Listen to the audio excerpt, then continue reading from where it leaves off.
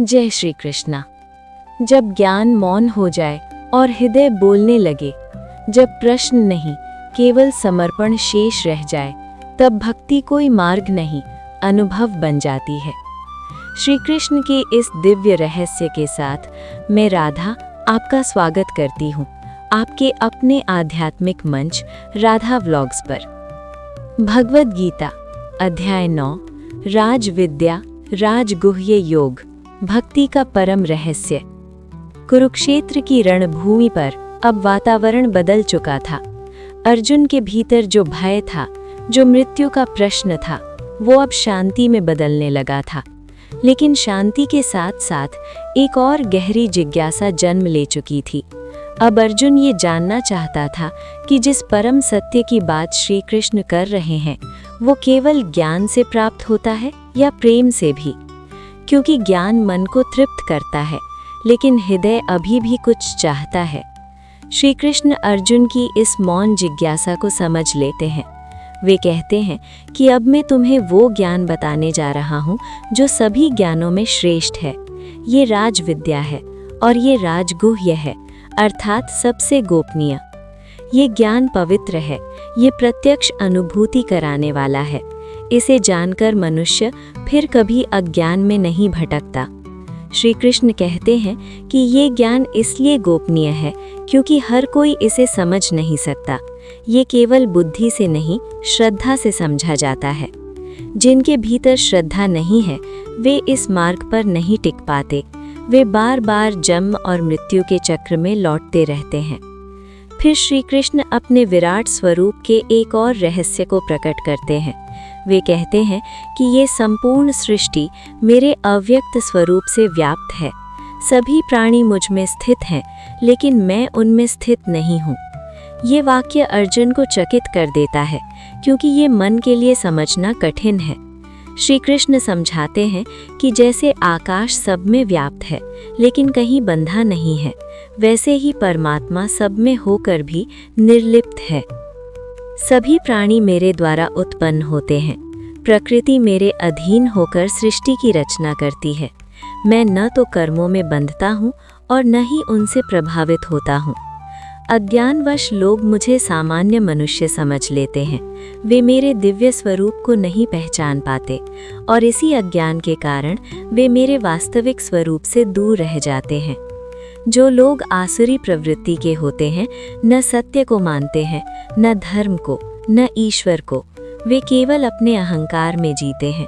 उनका जीवन व्यर्थ चला जाता है। लेकिन श्री कृष्ण कहते हैं कि महात्मा ऐसे नहीं होते। महात्मा मेरे दिव्य स्वरूप को पहचानते हैं। वे एकनिष्ठ होकर मेरी भक्ति करते हैं। वे निरंतर मेरा नाम स्मरण करते हैं। वे श्रद्धा से मुझे प्रणाम करते हैं। उनका जीवन ही भक्ति बन जाता है। यहाँ श्री कृष्ण भक्ति को केवल पूजा नहीं बताते। वे कहते हैं कि ज्ञान, यज्ञ, तप और दान सब अंततः भक्ति में ही परिवर्तित हो जाते हैं। कुछ लोग मुझे ज्ञान यज्ञ से पूजते हैं, कुछ मुझे एक रूप में देखते हैं, कुछ अनेक रूपों में, लेकिन अंततः सभी उसी एक परम सत्य की ओर बढ़ रहे होते हैं। श्री कृष्ण स्पष्ट करते हैं कि वे ही यज्ञ हैं, वे ही मंत्र हैं, वे ही अग्नि हैं और वे ही आहुति हैं। वे ही पिता हैं, माता हैं, धाता हैं और पितामह हैं। वे ही जानने योग्य हैं, वे ही शुद्ध करने वाले हैं, वे ही ओमकार हैं। यहाँ श्री कृष्ण ये दिखाते हैं कि ईश्वर अलग नहीं है। ईश्वर जीवन की हर प्रक्रिया में उपस्थित है। लेकिन जो लोग स्वर्ग की कामना से वेदों का कर्मकांड करते हैं, वे पुण्य तो प्राप्त करते हैं, लेकिन फिर वापस इस संसार में लौट आते हैं, क्योंकि उनकी भक्ति शुद्ध नहीं होती, उसमें इच्छा छुपी होती है। शुद्ध भक्ति वो है जिसमें कोई मांग नहीं होती। श्री कृष्ण कहते हैं कि जो अनन्य भाव से मेरी भक्ति करता है, उसके योग और क्षेम का भार मैं स्वयं उठा लेता हूँ। उसे भविष्य की चिंता करने की आवश्यकता नहीं होती। ये भक्ति का सबसे सुंदर आश्वासन है, जहाँ ईश्वर स्वयं साधक की जिम्मेदारी ले लेते हैं। जो लोग अन्य देवताओं की पूजा करते हैं, वे भी मेरी ही पूजा करते हैं, लेकिन अज्ञानवश, क्योंकि सभी शक्तियों का मूल मैं ही हूँ। फिर श्री कृष्ण वो वाक्य कहते हैं जो इस अध्याय का हृदय है। वे कहते हैं कि यदि कोई प्रेम से मुझे पत्र, पुष्प, फल या जल अर्पित करता है तो मैं उसे स्वीकार करता हूँ। यहाँ भक्ति की सरलता प्रकट होती है। ईश्वर को भव्य यज्ञ नहीं चाहिए, उन्हें केवल भाव चाहिए। श्री कृष्ण ये भी कहते हैं कि चाहे कोई कितना भी पापी क्यों न हो, यदि वो अनन्य भाव से मेरी शरण में आता है तो वो भी साधु ही माना जाता है, क्योंकि उसका संकल्प शुद्ध हो चुका होता है। ऐसा व्यक्ति शीघ्र ही धर्मात्मा बन जाता है और शाश्वत शांति को प्राप्त करता है।